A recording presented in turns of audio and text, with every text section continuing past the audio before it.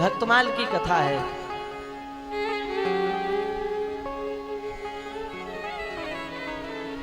एक बड़े अच्छे भक्त हुए, उनका नाम था श्री देवाजी। बहुत अच्छे भक्त हुए। राजस्थान की घटना है। राजस्थान में भगवान का विग्रह था। देवाजी उस विग्रह की पूजा करते थे, भगवान के नाम का जप करते थे। भगवान को माला पहनाई जाती है रोज मंदिरों में, तो वे क्या करते थे, माला को पहना करके और फिर बाद में वही भगवान की प्रसादी माला स्वयं पहन लेते थे। उसकी बड़ी महिमा है। एक बार क्या हुआ, राजस्थान का जो राजा था वो भगवान के दर्शन करने के लिए आया। श्री देवाजी महाराज ने भगवान की माला तो पहन ली थी, लेकिन राजा को उन्होंने देखा तो विचार किया कि राजा को हम पहनाएंगे क्या, इसलिए वो माला उतार करके और एक और रख दी कि यही राजा को पहना देंगे। राजा आया, दर्शन किए, आरती की, पूजा की। अंत में पंडित जी से कहा, पंडित जी कुछ प्रसाद दे दो। तो महाराज ने जो अपने कंठ की माला उतरी उतराई रखी थी और बोले कि देखो ये भगवान की प्रसादी है, इसको आप धारण कर लो। और ऐसा कह करके उस राजा के कंठ में डाल दिया। अब पंडित जी जो थे वो वृद्ध थे, बूढ़े हो गए थे, उनके सिर के बाल जो हैं वो सफेद हो गए थे।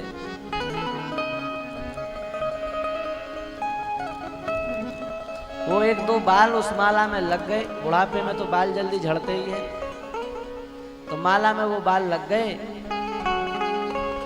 राजा की दृष्टि पड़ी तो राजा को वो बाल दिख गए कि हमारी माला में तो इनके बाल लगे हैं। तो राजा ने व्यंग करते हुए कहा,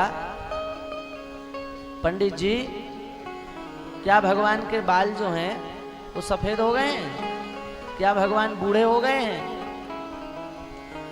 आप कह रहे हो कि ये भगवान की प्रसादी माला है, हमने इसको धारण किया है, इसमें तो सफेद बाल लगे हुए हैं, क्या भगवान के बाल सफेद हो गए? अब वो बेचारे डर गए, जल्दीबाजी में उनके मुख से निकल गया, हाँ हो गए। राजा ने विचार किया, बड़ा विचित्र पंडित है, डरता भी नहीं है, उत्तर दे रहा है कि हो गए।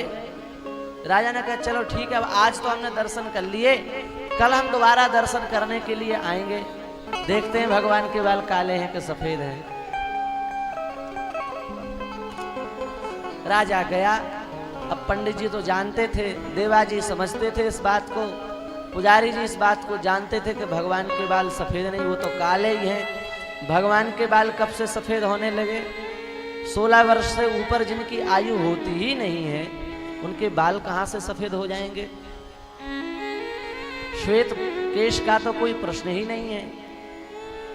लेकिन अब यदि हमारी बात सही नहीं हुई तो राजा हमको सेवा से बहिष्कृत कर देगा, क्योंकि गुस्सा में तो ये है ही। हमको दुख इस बात का नहीं है कि हमारी वेतन बंद हो जाएगी, दुख इस बात का है कि हम भगवान की सेवा से वंचित हो जाएंगे। हमने जीवन भर इनकी सेवा की, इनको भोग लगाया, इनकी आरती की, इनकी पूजा की, और अब ऐसा समय उपस्थित हो जाएगा कि हमको सेवा से बहिष्कृत कर दिया जाएगा। फिर नए पुजारी आएंगे, वो पता नहीं कैसी सेवा करें। इस बात से लेकर के, इस बात को लेकर के देवाजी बहुत दुखी हो गए और संपूर्ण रात्रि देवाजी महाराज भगवान के पट को बंद करके, भगवान को कष्ट न हो, भगवान का मंदिर तो बंद कर दिया और भगवान के मंदिर के आगे बैठ करके रात भर रोते रहे, हे भगवान आप हमारे ऊपर ऐसी कृपा करो। इस दृष्ट के मुख से निकल गया, उस बात को कैसे पूरी करना है वो तो आपसे अच्छा कोई जानता नहीं है, आप हमारी रक्षा करो।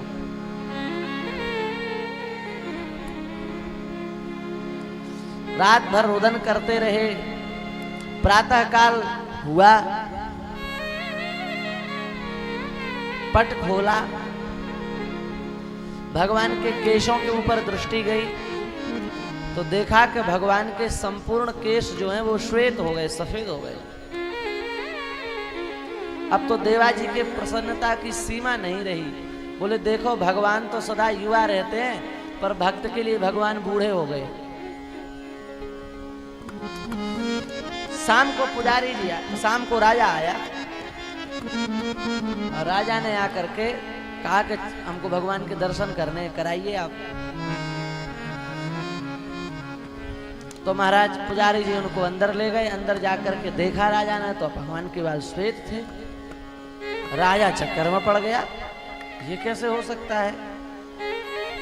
आजकल नकली बाल बहुत चलते हैं। हाँ, सफेद बाल, काले बाल, भूरे बाल, कैसे भी बाल हो जाते हैं।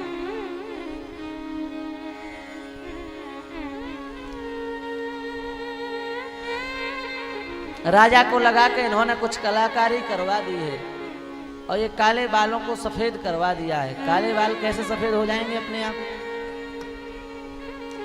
राजा गया और बहुत ध्यान से सुने, भगवान के केश को जो है राजा ने ऐसे पकड़ करके खींचा देखने के लिए कि बाल जो हैं वो असली हैं कि नकली हैं।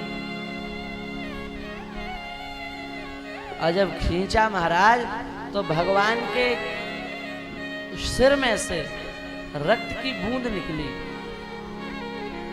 और वो रक्त के बूंद की जो छींट है वो राजा के शरीर पर पड़ी और राजा मूर्छित हो गया, बेहोश हो गया राजा।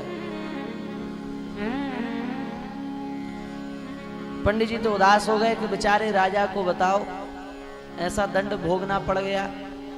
उसको उठाया, थोड़ी देर बाद वो उठा। भगवान ने आदेश दिया, आज से इस राजघराने में जो व्यक्ति गद्दी पर बैठेगा वो मेरे दर्शन करने का अधिकारी नहीं होगा। तुमने भक्त की बात का निरादर कर दिया, तुमने भगवान में अविश्वास कर लिया, उसका ये दंड है। आज भी महाराज उस परिवार का जो मुखिया होता है उसको भगवान के दर्शन करने का अवसर नहीं मिलता।